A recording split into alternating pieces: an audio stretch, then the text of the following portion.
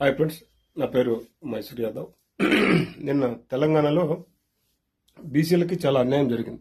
రేవంత్ రెడ్డి గారు ముస్లింలు తీసుకొచ్చి బీసీలు కలిపితే బీసీలు ఏమైపోలా చెప్పండి.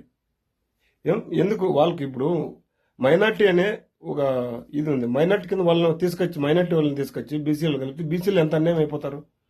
మీకన్నా కొంచెం అర్థమవుతుంది రేవంత్ రెడ్డి గారు. బీసీలలో ఇప్పటికే ఉపకులాలు ఎన్నో ఉన్నాయి. వాళ్ళకందరికీ మేలు జరగక, వాళ్ళ అభివృద్ధి కాక చాలా బాధపడుతున్నారు. వాళ్ళకి సరైన రీతిలో కూడా మీకు గవర్నమెంట్ వసతి కల్పించడం లేదు.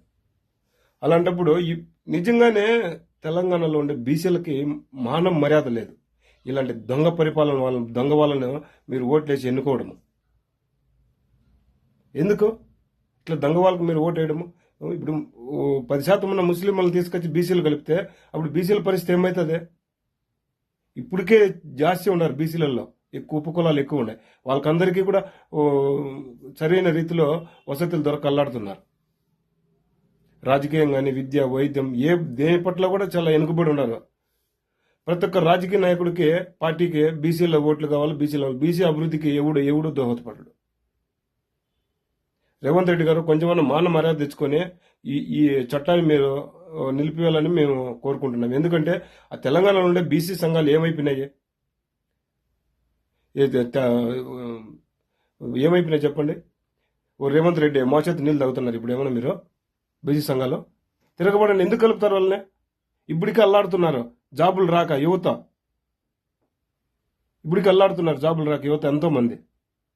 కొంచెమన్నా అక్కడ ఉండే బీసీ సంఘాలకు మానవ మర్యాద ఉండి ఇప్పుడు దీని పట్ల పోరాడకపోతే నిజంగానే చాలా మంది యువకులు, బీసీలలో చాలా మంది యువకులు కూడా, యువకులు నష్టపోతారు.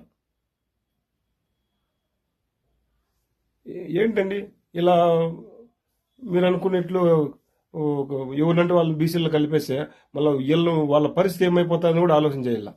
ఒక కలిపినప్పటికి వీళ్ళకి పెంచాలి కదా,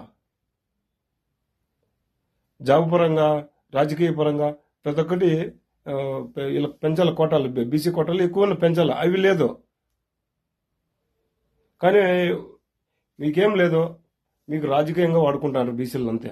బీసీల అభివృద్ధి కోసం లేదు రేవంత్ రెడ్డి గారు. మీ అంత దుర్మార్గుడు ఎవరు లేడు. మీలో అలాంటి వాళ్ళు తీసుకొచ్చి బీసీలు కలపడము మాకు చాలా బాధాకరంగా విషయం. ఎందుకంటే ఇప్పటికే బీసీలు అందరూ చాలా వెనకబడి ఉన్నారు. ఒక్కడు కూడా సరైన రీతిలో అభివృద్ధి లేదు. బీసీలారా ఇప్పుడైనా తెలుసుకోండి. నిజాయితీ అయిన పార్టీలకు ఓటేయండి. ఇలాంటి దౌర్భాగ్యులకు ఓటు వేయకండి దయచేసి. జై హింద్, జై జన్.